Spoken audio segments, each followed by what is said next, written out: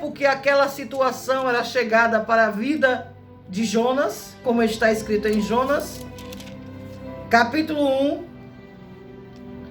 e o versículo 9 é um que eu acho bastante interessante, diz: E ele lhes disse: Eu sou hebreu e temo ao Senhor, Deus do céu, que fez o mar e a terra seca.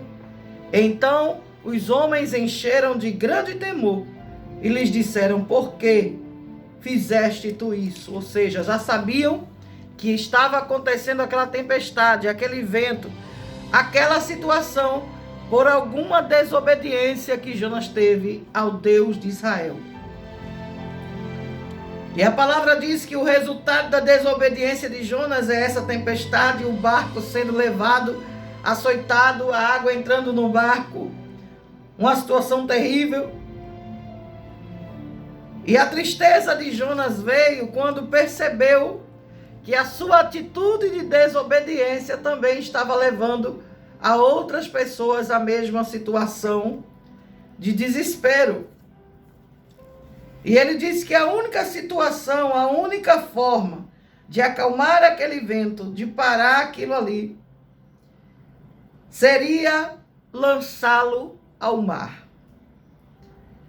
Ao tempo que cada um deles, olhando um para o outro, não sabiam o que fazer, de repente, levantaram Jonas, o lançaram ao mar e cessou a fúria do mar. Temeram, pois, esses homens ao Senhor com grande temor e ofereceram sacrifício ao Senhor.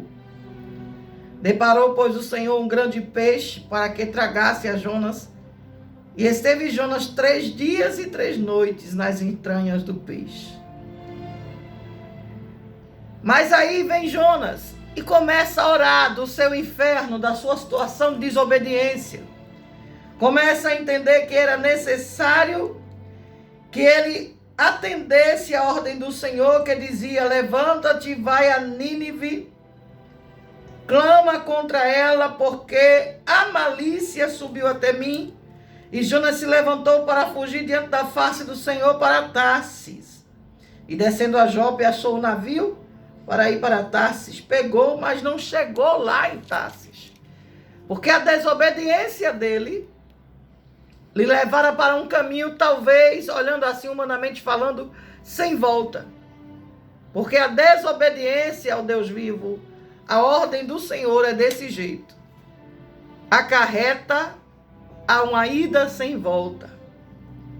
E Jonas, quando viu que estava pondo aquele povo em perigo, estava pondo aquele povo em situação de morte, pensou melhor e decidiu contar-lhes o que acontecera.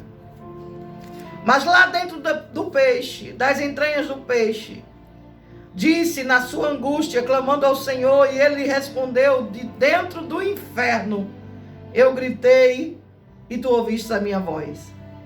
Porque tu me lançastes no profundo, no coração dos mares, e a corrente me cercou, todas as ondas, as tuas vagas têm passado em cima de mim. Mas o Senhor deixou que Jonas passasse por esta situação. Mas quando ele se humilha, ele se oferece em sacrifício com voz de agradecimento. O voto que eu fiz eu pagarei a ti, Senhor, me ajude e me salve. Acontece que o peixe chegou e vomitou Jonas na terra. E veio a palavra pela segunda vez a Jonas dizendo: vai à grande cidade Nínive e prega contra ela a pregação que eu te disser. E levantando-se Jonas, depois de passar no inferno, num barco tempestuoso, vai atender a primeira ordem do Senhor, que era onde ele não deveria ter desobedecido. Levantou-se Jonas e pregava ali por 40 dias. E dizia que Nínive seria subvertida. E os homens de Nínive creram em Deus, proclamaram um jejum e vestiram-se de pano de saco, desde o maior até o menor, porque esta palavra chegou ao rei de Nínive. E levantou-se do seu trono, tirou de si as suas vestes e cobriu-se de panos de saco e assentou-se sobre as cinzas. Naquela época era normal vestir uma roupa de cilício que era uma roupa de sofrimento. Pessoas que estavam enfermas colocavam estas roupas de saco para mostrar o seu sofrimento. Às vezes, quando ia entrar em jejum, em sacrifício, era necessário esses sinais. Os homens estavam cobertos de pano de saco, clamaram fortemente a Deus, se converteram cada um do seu mau caminho, da violência que é nas suas mãos. Quem sabe se fazendo isso, dizia Jonas, se voltará a Deus e se arrependerá e apartará o furor da ira, de sorte que não pereçamos. Aquele povo dizia enquanto fazia o seu sacrifício depois da pregação de Jonas. E Deus viu as obras deles, como se converteram do seu mau caminho. E Deus se arrependeu do mal que tinha lhe dito que lhes faria, e não fez. Eu sei que talvez você diga assim, mas a situação de Jonas, o seu descontentamento, a resposta do Senhor que foi dada àquela pregação de Jonas, deixou Jonas chateado, aborrecido, dizendo, não foi isso que tu me dissestes ainda na minha terra. Por isso me preveni fugindo para Tarsis, pois sabia que és Deus piedoso e misericordioso, longânimo e grande em benignidade, e que te arrependes do mal. Peço-te, Senhor, que tires a minha vida, porque é melhor morrer do que eu viver. E disse o Senhor, é razoável esse teu ressentimento? Veja como é que é a situação. Deus permitiu, porque a desobediência de Jonas, Deus já sabia que ia acontecer, mas Deus permitiu. Também permitiu que ele entrasse no barco. Permitiu que o peixe o tragasse.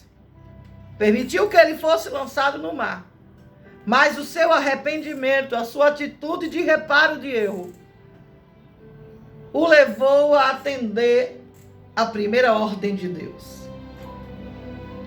O homem, sendo desobediente, tem que passar pelas consequências da vida, por um mar, por um vento, ser lançado ao mar, engolido por um peixe. Diz Jonas em seu linguajar que ele passou dias de inferno ali dentro. De dentro do inferno eu te clamei, tu me ouviste. Porque ele estava no ventre de um grande peixe. O que é que você está esperando depois desses sinais que têm acontecido? Eu costumava dizer nos púlpitos das igrejas, quando ainda ministrávamos, porque agora com essas restrições, estamos ministrando mais aqui na rádio, tentando fazer com que as atitudes de higiene, de distanciamento sejam cumpridas. Mas eu ministrava dizendo que a baleia que engoliu, ou o peixe grande que engoliu Jonas, é a ambulância nos dias de hoje. Eita, missionária Milka, é desse jeito. Tem gente que não se converte, não se arrepende, não vem por amor, recebe uma literatura, uma palavra pregada, tem um hino cantado, ele chora, vai para a porta da igreja, aceita um convite, vai para uma campanha, cumpre a campanha até mais do que os próprios irmãos que pronunciaram a campanha, que prepararam a campanha, aquele camarada, aquela mulher bem assídua. Mas na hora que alguém diz, vamos deixar o caminho da desobediência, vamos se converter dos maus caminhos, vamos aceitar Jesus, vamos mudar de vida, este alguém corre.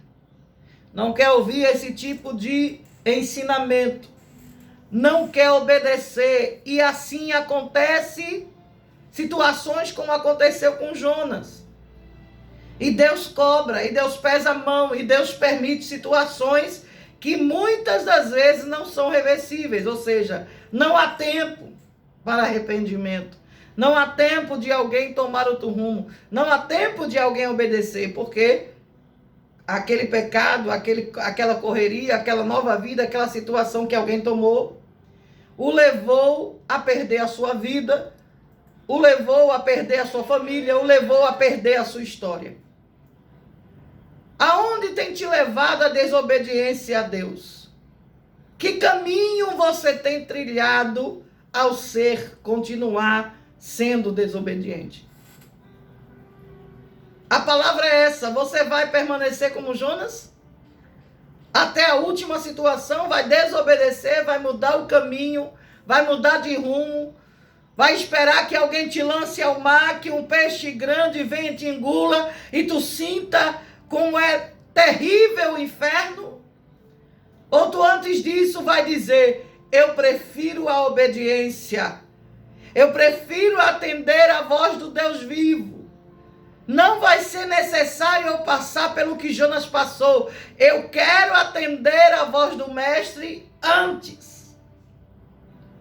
Se você está entendendo que está na desobediência, que está afastado, que está na prostituição, que está no erro, no vício, que está numa atitude de cai e levanta, que não se sustenta, que não acredita mais nas coisas de Deus por conta de alguém que usa a palavra erroneamente, que usa o fato de ser um homem ou uma mulher de Deus, usa o dom para mentir. E com isso tem chegado a incredulidade ao teu coração. Mas eu quero te dizer, ao tempo que há arrependimento, ao tempo que eu e você decidem obedecer, ao tempo que atendemos a voz de Deus, chega o livramento. E é para isso que eu estou aqui para dizer para você, saia da desobediência, não espere a consequência da desobediência, não espere a consequência do pecado, pelo contrário, prove do arrependimento, prove da misericórdia, prove do amor de Deus, porque a palavra é bem clara que diz, porque a sua misericórdia dura para sempre. E eu sei que você tem sido desobediente até agora. Eu sei que você tem trilhado o caminho que você quer até agora. Eu sei que você tem entrado aonde não deve até agora. Mas escuta a voz do Senhor que está dizendo, não aguarde as consequências de morte. Não aguarde as consequências da desobediência. Não aguarde a destruição, a fúria do mar que pode sobrecair sobre a tua vida, porque você continua na desobediência. Pelo contrário, aproveite o tempo da misericórdia e diga, eu quero, aleluia, obedecer. Eu quero obedecer à voz de Deus. Eu sei que a ordem que Deus me deu não foi para ir por este caminho, eu errei. Eu estou praticando o que Deus não se agrada, mas eu desejo o arrependimento. Eu quero obedecer à voz de Deus. Se é esta a tua vontade, se é este o teu querer, repito, os céus é tomado à força, eu tenho dito muito esses dias. Porque muitas vezes, se fosse por nós, ficávamos num ar-condicionado, num ventinho, num coquinho, numa água de coco, bem quietinho ali, sem fazer nada. Mas escuta, o tempo é chegado, é tempo de pregar, é tempo de falar que Jesus está voltando. E é tempo de dizer ao desobediente, se arrependa, peça perdão, porque a misericórdia de Deus dura para sempre. E o amor dele está acima disso que você cometeu. Venha pedir perdão, diga, eu quero obedecer. Eu quero voltar para Jesus. Eu quero, aleluia, estar na vontade de Deus. Eu quero ser obediente a Deus. Jesus Cristo, eu te amo.